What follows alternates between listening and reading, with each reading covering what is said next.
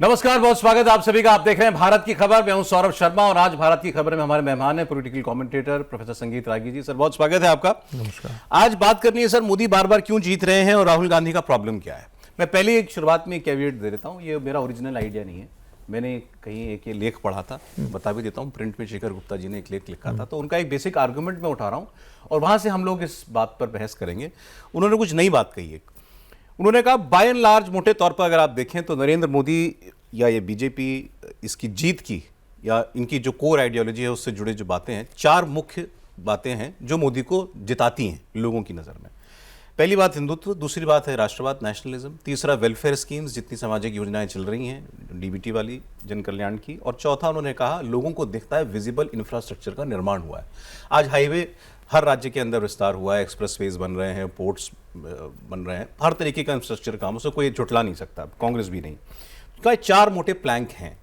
हर राज्य की अपनी अलग तासीर होती है, अपने अलग मुद्दे होते हैं, वो अलग वजह है, लेकिन ये चार चीजें हर किसी को दिखती हैं।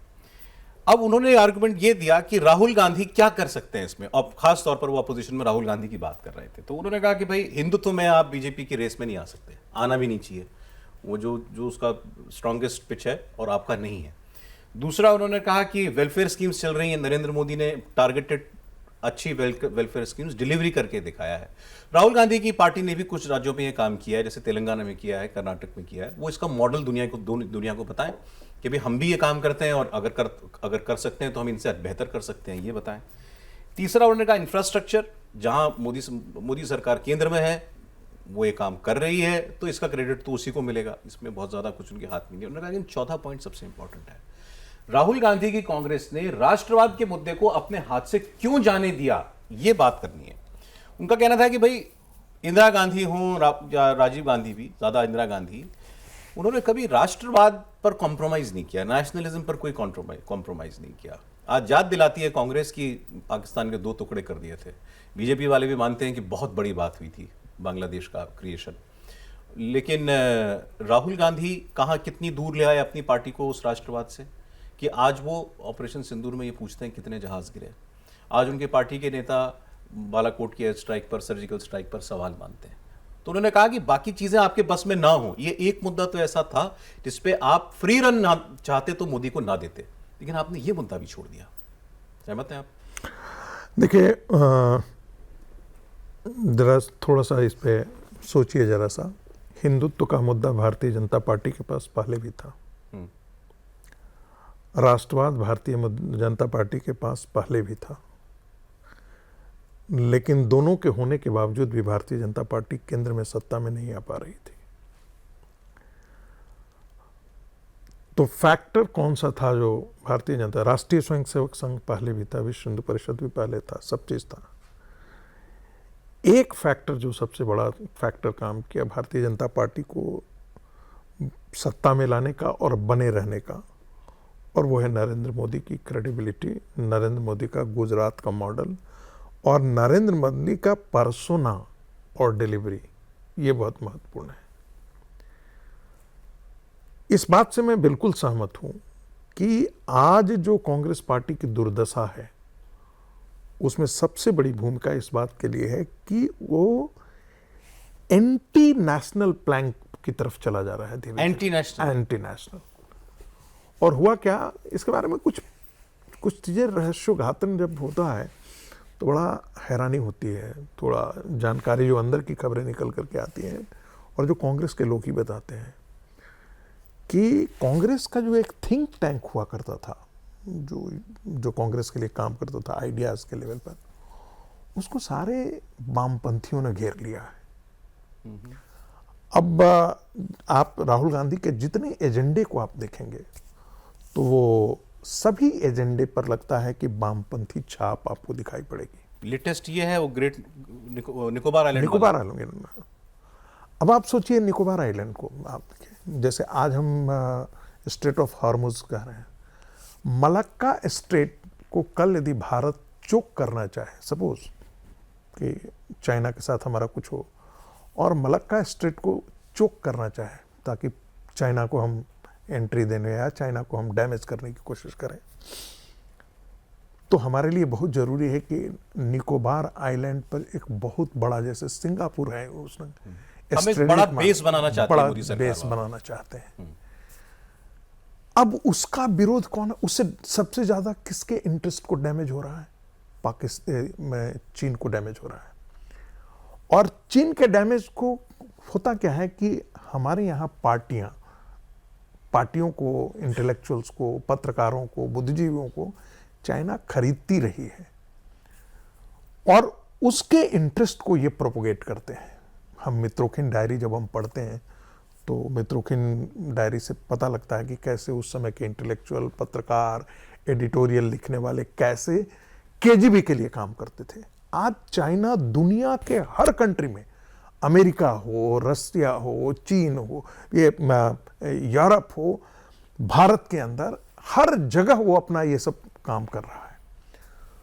अब आप निकोबार में आप विरोध कर रहे हैं तो आप किसको डैमेज? पर्यावरण के नाम पे, पर्यावरण के नाम पर आप सोचिए कि भारत के इंटरेस्ट को डैमेज करना। दूसरी बात सर एक चीज लेकिन एक बोल देना चाहिए कि राहुल गांधी चाइना के इंटरेस्ट सर्व करने के लिए कर रहे हो, ये तो नहीं कहा जा सकता, लेकिन आप ये कह सकते हैं कि हाँ, उससे हमारा इंटरेस्ट जो है, राहुल गांधी को उसको भी उसके बारे में और प्रमुखता से सोचना चाहिए कि इससे हमको हासिल क्या होने जा रहा है, जो सरकार करने जा रही है।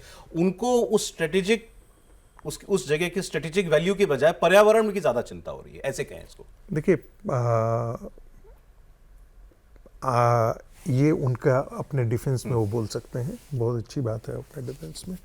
लेकिन हम जब सोशल पॉलिसी या पब्लिक पॉलिसी पढ़ाते हैं ना, तो हम कहते हैं कॉस्ट बेनिफिट हम निकालते हैं।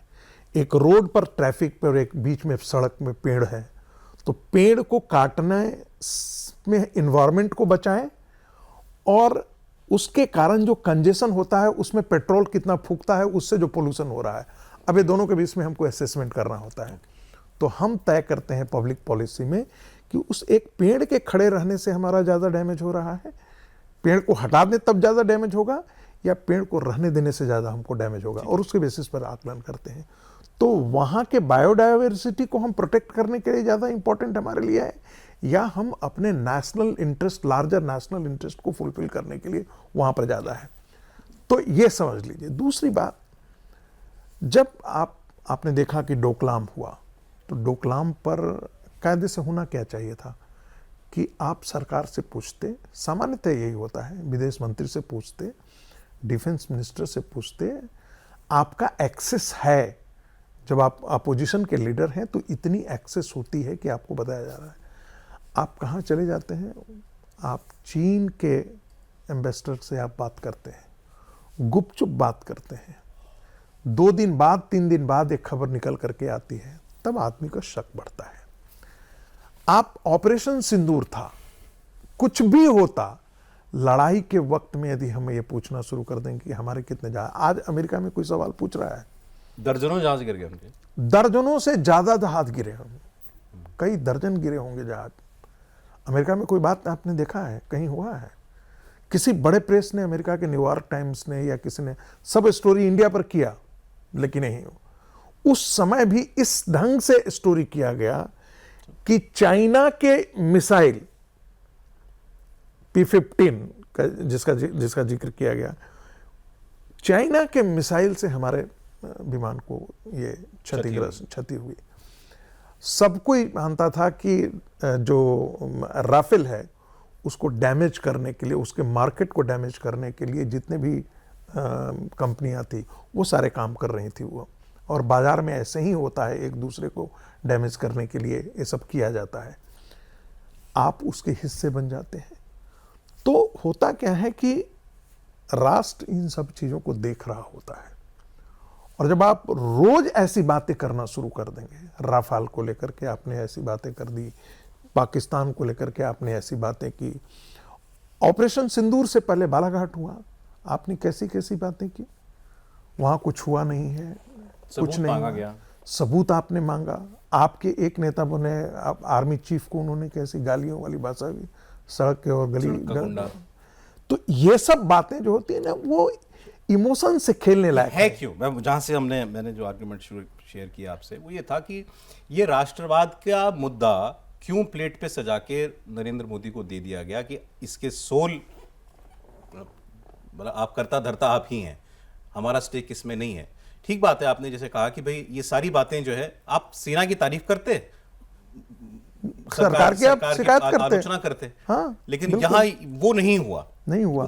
बाद में किसी ने उनको समझाया तो फिर उन्होंने थोड़ा सा बदला स्टांस कि हम तो चाहते थे कि पीओके तक पहुंच जाते, आपने युद्ध क्यों रोक दिया ये। लेकिन बाद में हुआ, उससे पहले वो डैमेज कर चुके थे जब ये पूछ करके कि आप जहाज क्यों गिरा। तो इसकी बेसिक वजह क्या, आप कह रहे हैं कि कांग्रेस जो है वैचारिक तल पर लेफ्ट में चली गई है? देखिए, कांग्रेस वैचारिक स्तर पर लेफ्ट के इन्फ्लुएंस में बहुत ज्यादा चली गई।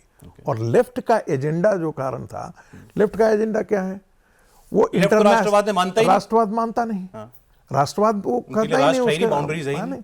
जबकि चीन राष्ट्रवाद में विश्वास करता है, भारत का कम्युनिस्ट जो है वो राष्ट्रवाद में विश्वास नहीं करता है।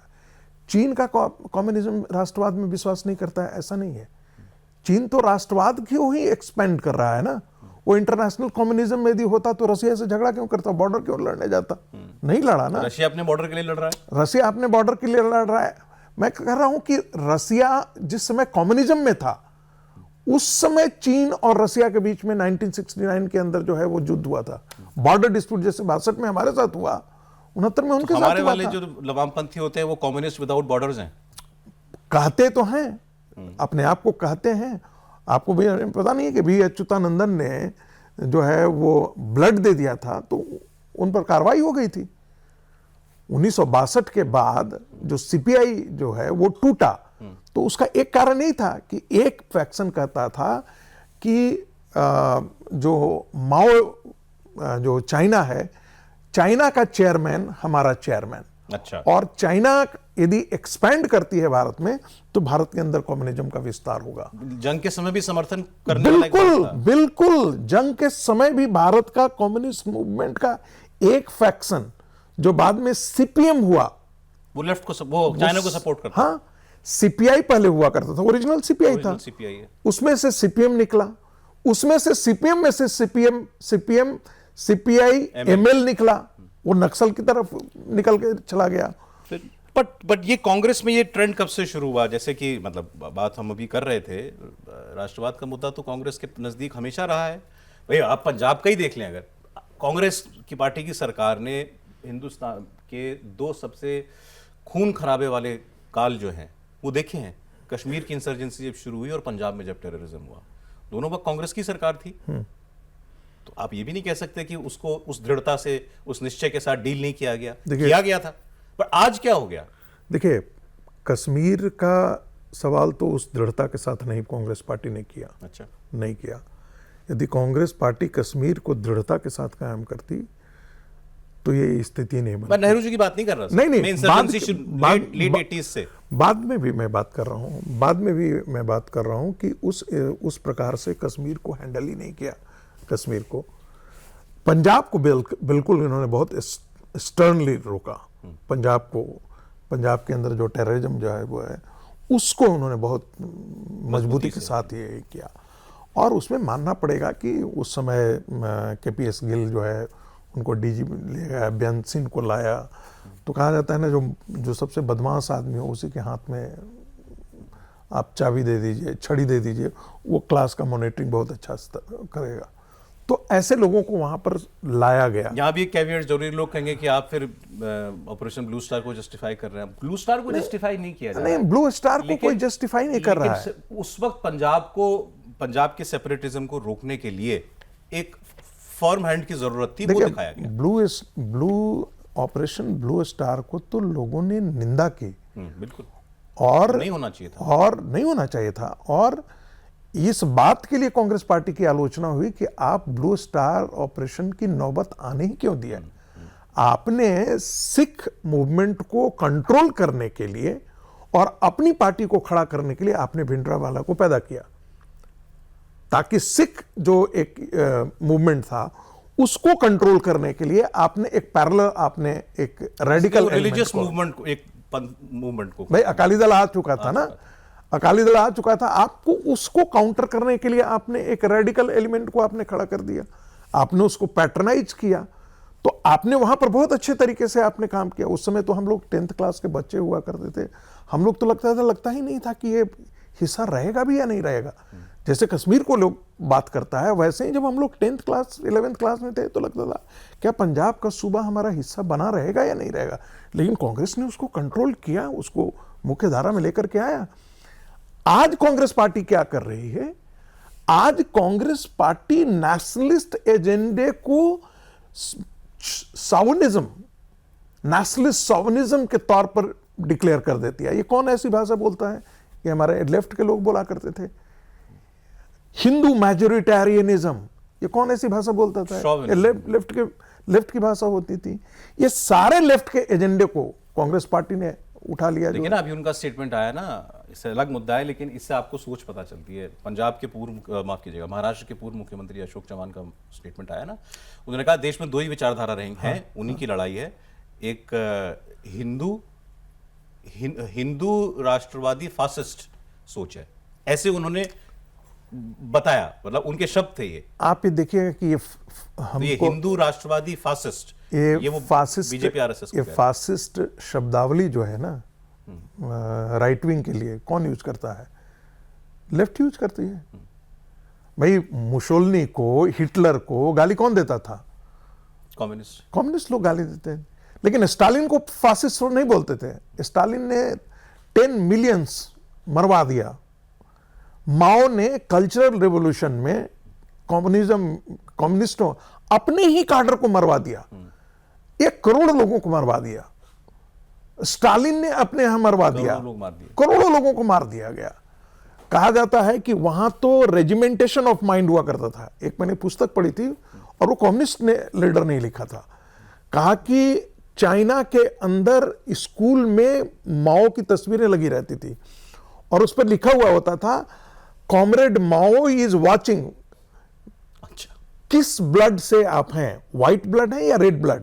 व्हाइट ब्लड का मतलब अमेरिकन, यानी कैपिटलिज्म को सपोर्ट करने वाला, या कम्युनिज्म। रेड ब्लड मतलब, लेकिन वो फासिज्म नहीं है उनकी डिक्शनरी। माने आप जो राष्ट्रवाद की बात करें वो फासिस्ट। इतना रेजिमेंटेशन ऑफ माइंड है। रेजिमेंटेशन ऑफ माइंड का मतलब एक ही दिशा में सोचना, नहीं तो हम जिंदा ही नहीं रहने देंगे।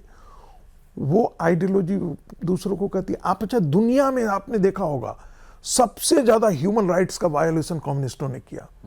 भारत के अंदर, बंगाल के अंदर कम्युनिस्टों ने दूसरी आइडियोलॉजी को सर्वाइव, केरला के अंदर सर्वाइव नहीं करने दिया। और सबसे ज्यादा भारत में माओइस्ट कैसे पनप पाया अगर ये आइडियोलॉजी नहीं, इसको कोई पीछे से सपोर्ट करने वाला नहीं था तो। मैंने कहा ना, और सबसे ज्यादा ह्यूमन राइट्स की बात कौन करता है? लेफ्ट। यही लोग बात करते हैं। अगेन कांग्रेस पे लाता हूं मैं। यूपीए, क्योंकि पीछे हमारे पास जो उदाहरण है, हमने इंदिरा गांधी से बात शुरू की, यूपीए के 10 साल का लेटेस्ट उदाहरण है।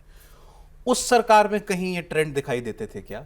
उसमें भी क्या लेफ्ट लीनिंग्स जो हैं वो हावी होनी शुरू हो गई थी, ऐसा लगता था या नहीं? ये उसके बाद का डेवलपमेंट है। नहीं, लेफ्ट मूवमेंट पूरा हावी था। अच्छा, आप जो सोनिया गांधी की एक काउंसिल जो बनी हुई थी, जो जिसके अध्यक्षा Sonia Gandhi ji, national advisory council, Vinayak Sen को लाया गया था, नहीं लाया गया था? आपको याद है? डॉक्टर विनायक सेन, जिनको पकड़ करके छत्तीसगढ़ में जेल में रखा गया था, डॉक्टर थे और माओइस्टों के लिए काम करते थे। उनको पकड़ करके उनको छुड़वाने का काम किसने किया था? उस समय की यूपीए की सरकार ने की थी। सल्वा जुडूम एक महेंद्र कर्मा नेता हुआ करते थे। वो कांग्रेस के नेता हुआ करते थे, छत्तीसगढ़ में कांग्रेस के नेता थे वो। उन्होंने ये सल्वा जुडूम ये किया था, लेकिन सल्वा जुडूम को डैमेज किसने किया? सिविल डिफेंस मूवमेंट था वो। सिविल डिफेंस मूवमेंट था। और मजेदार बात है कि उस समय पी चिदम्बरम वगैरह सब इसके समर्थन में थे। लेकिन चूंकि सोनिया गांधी के जो काउंसिल थी उसमें लेफ्ट लीनिंग वगैरह के लोग थे सारे बैठे हुए, उन्होंने इसको मना किया। और मना करने के बाद मुझे बाद में जब सुप्रीम कोर्ट में मामला गया, आपने उपराष्ट्रपति चुनाव के समय भी आपने देखा था कि जिन जज साहब ने उसके खिलाफ फैसला दिया वो उपराष्ट्रपति पद के नॉमिनी थे ऑपोजिशन के। और उसके समय मेरी एक पुस्तक आ रही है अभी इसी पर, नक्सलिज्म पर। उसमें जो कोर्ट की जो भाषा थी वो बड़ी हैरान करने वाली थी। उन्होंने जो कुछ भी लिखा वो एक लेफ्ट का एक डॉक्यूमेंट था, उससे समूचा कोट करते हुए लिखा था, जिसके खिलाफ इस देश में एडिटोरियल लिखे। कई ऐसे अखबार थे, टाइम्स ऑफ इंडिया ने एडिटोरियल लिखा, पायनियर ने एडिटोरियल लिखा, अरुण जेटली जी ने संसद में इस पर भाषण दिया। कि भाई ये क्या लैंग्वेज है कोर्ट का। एक तरफा आप किसी एक आइडियल, उसमें था कि आप नक्सलवाद पनपता कैसे है, पॉवर्टी है, अनएम्प्लॉयमेंट है, गरीबी है, असमानता है, इसके कारण है। तो इन ए वे यू आर जस्टिफाइंग, ये उसका था। अच्छा, उस समय का नेशनल ह्यूमन राइट्स कमीशन का आप रिपोर्ट आप देख लीजिए, जितने माइनर्स, महिलाएं, इन सबको नक्सल्स जो है वो रोपिंग करते थे काडर में, एक्सटॉर्शन करके पैसे देते थे। 3,000 करोड़ एनुअल उनका एक्सटॉर्शन मनी हुआ करता था। ऐसे मूवमेंट को सपोर्ट करने के लिए आप कह रहे हैं कि मतलब माओइस्ट लेफ्ट मूवमेंट से भी लड़ने में वो इच्छा शक्ति नहीं दिखाई गई थी? बिल्कुल ही नहीं दिखाई थी। ठीक है। एक तरफ प्रधानमंत्री कह रहा है और गृह मंत्री कह रहा है कि Maoism the biggest threat to the national security. ये चिदंबरम जी का उस समय का था, 2008 में। कोर्ट का भी था। कोर्ट नहीं, और मनमोहन सिंह ने भाषण में अपना कहा, सारे डीजीपी के मीटिंग्स के बीच में ये बात कही। लेकिन ऐसा तो नहीं, आप ये तो नहीं कह सकते कि कांग्रेस में राष्ट्रवादी सोच वाले नेता नहीं है। भाई कांग्रेस तो आज भी यही कहती है कि हमने अपने दो नेता, दो देश के प्रधानमंत्री बलिदान किए तो राष्ट्रीय सुरक्षा के लिए किए। इंदिरा गांधी भी की हत्या भी उसी वजह से हुई और राजीव गांधी की हत्या भी उस वजह से हुई। देखिए, वो राजीव गांधी ने भी तमिलनाडु के लिए सेना भेज दी थी। देखिए, वो तो फिर एक अलग दिशा में, एक अलग ट्रैक में चला जाएगा, वो डिस्कशन ही अलग ट्रैक में चला जाएगा। आपने कि हमने बलिदान देश के लिए कर दिया, आपने विश्वास किया और एक हत्या हो गई, तो इसको तो छोड़ ही देना चाहिए। मूल मुद्दा क्या है कि राष्ट्रीय अभी जो कांग्रेस पार्टी है उसके अंदर ऐसी सोच वाले लोग नहीं है, ऐसा कहना बिल्कुल कोई नजर नहीं आता है। नहीं है। मैं फिर आपसे कहता हूं, वो दबे हुए स्वर है। अब कभी कभी आपको निकलता था। आप देखिए मनीष तिवारी, हाँ। पाकिस्तान के मुद्दे पर उन्होंने किस प्रकार की बात की। पाकिस्तान से लोगों ने बात करने की वकालत की तो लताड़ा है उन्होंने। जब शशि थरूर कुछ बात करते हैं तो जो ऐसी आवाजें निकलती हैं उसको तुरंत दबा दिया जाता है और उसको प्रो बीजेपी डिक्लेयर कर दिया जाता है। ये होता है। जैसे आज के दिन में नेशनल मूवमेंट के समय जो भी कांग्रेस पार्टी के विरोध में होता था तो उसको मान लिया जाता था एंटी नेशनल है। ठीक है। आज के दिन में भारतीय जनता पार्टी उसका सिंबल जो है वो नेशनलिज्म के साथ तो अपने आप को इतना ज्यादा जोड़ लिया है कि राहुल गांधी को लगता है कि जो कोई भी ऐसी बात कर रहा है वो भारतीय जनता पार्टी की बात कर रहा है। और नतीजा है कि ऐसी आवाजें जो है कांग्रेस पार्टी के अंदर जो है उसको, अब आपको राम मंदिर न जाना, जब भारत की आस्था, भारत के सनातन मूल्यों, इन सब के साथ आप जोड़ करके नहीं रहेंगे, मेजॉरिटी कम्युनिटी को आप रोज गाली शुरुआत में कहा था बीजेपी के लिए 4 चीजें काम करती हैं: हिंदुत्व, राष्ट्रवाद, वेलफेयरिज्म और इंफ्रास्ट्रक्चर डेवलपमेंट। हिंदुइज्म पर आप बीजेपी को टक्कर नहीं दे सकते, लेकिन आप कहीं से एंटी सनातन साउंड ना करें ये तो कर सकते हैं। बिल्कुल बिल्कुल। आप पर यह आरोप तो ना लगे कि आप जो है मतलब हिंदुत्व विरोधियों वाली। अच्छा, दुनिया में कौन ऐसा कंट्री है जहां पर मेजॉरिटी कम्युनिटी को आप गाली देकर के आप राजनीति में जिंदा रह सकते हैं? कहीं नहीं था। भारत में ऐसा संभव इसलिए हुआ, भारत में इसलिए संभव हो पाया कि भारत में मेजॉरिटी कम्युनिटी जो है वो जातियों में बटी हुई है और जो विपक्ष था उसको लगता था कि यार ये जो 18% 20% जो माइनॉरिटी है इसको हम गोलबंद कर लें और ये 80% हिंदू है, 78% हिंदू है, ये तो जातियों के आधार पर वोटिंग करता है, इसमें डिवीजन हो जाता है तो हमारे लिए रास्ता आसान हो जाएगा। भारतीय जनता पार्टी ने इस पूरे समीकरण को बदल दिया। बोला अच्छा ठीक है, तुम 20% की राजनीति कर लो, हम 80% की राजनीति कर लेते हैं। तो भारतीय जनता पार्टी को यह पता हो गया कि हम चाहे जो कुछ भी करें, एक तबका है जो हमको वोट नहीं करता है। आपने कभी ऐसा खुल करके बोलते हुए सुना कि हमको मियाओं से वोट नहीं चाहिए? बंगाल को उदाहरण लीजिए, आसाम का उदाहरण लीजिए। बंगाल में जाकर के बीजेपी का जो मुख्यमंत्री का कैंडिडेट है वो क्या बोल रहा है? कहता है हमको वोट नहीं चाहिए। ठीक है, तुम गोलबंद कर लो, जिसको गोलबंद करना है बोलना, हमको हिंदुओं का वोट चाहिए, हमको सनातन का वोट चाहिए। तो बंगाल में उभर करके क्या आया? सनातन वोट बैंक करके आया। पहले लोग मानता था कि बिना मुसलमानों को साथ लिए हुए सरकार बनी नहीं सकती है। बंगाल ने इस उदाहरण को फेल कर दिया। नीतीश जी को आप देखिए, बिहार के चुनाव को भी आप गंभीरता से देखिए। हमने बिहार के चुनाव को अंडर एस्टिमेट किया, इतना बड़ा मैंडेट आया, लेकिन क्यों इसके बावजूद कि ट्रिपल तलाक पर नीतीश जी साथ खड़े थे, मुसलमानों को तो विद्रोह करे, मुसलमान तो उनके साथ नहीं खड़ा था। एक सांसद खड़ा कर रहा है कि हमको मुसलमानों ने वोट नहीं दिया है, हम उनके लिए कोई काम नहीं करेंगे। आप समझ रहे हैं कि नहीं? मिथिलांचल से एक खुल करके बोला। भाजपा के थे शायद? नहीं, भाजपा के नहीं थे, वो जेडीयू, वो जेडीयू के थे, जेडीयू के थे।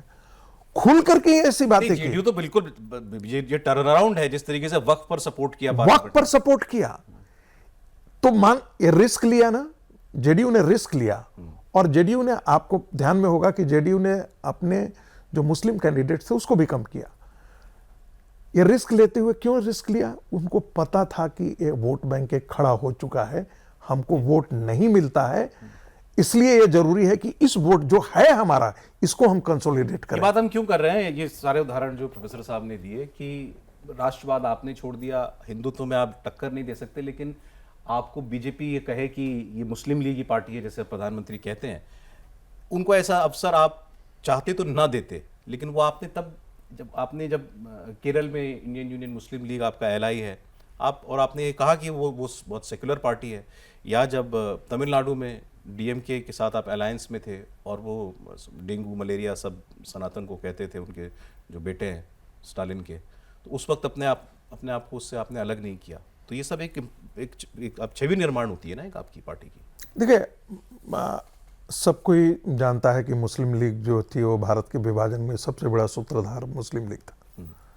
ये उसी का ऑफशूट है आईयूएमएल, उसी का है। आपको मजेदार है, आपको जानकारी होनी चाहिए कि 40 में से 30 तो हमारे कॉन्स्टिट्यूएंट असेंबली में रह ही गए थे, वो हमारे कॉन्स्टिट्यूशन बना रहे थे। अच्छा। और जिन्ना के बाद, सॉरी, पंडित नेहरू के बाद जो दूसरा भाषण आदमी दिया था वो तो मुस्लिम लीग का आदमी था।